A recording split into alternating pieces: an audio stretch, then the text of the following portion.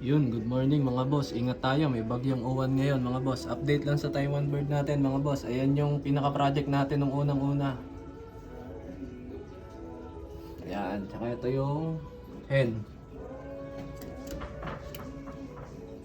CTRPA 2025 yan. Namumulbos siya ngayon eh. Pulbos na pulbos yung paa oh.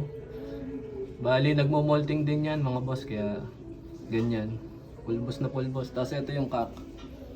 So third clutch na to mga boss ng ibon natin. Pares yung Taiwan bird mga boss. Tapos ito yung second clutch nila mga boss. Ayan o. Yan.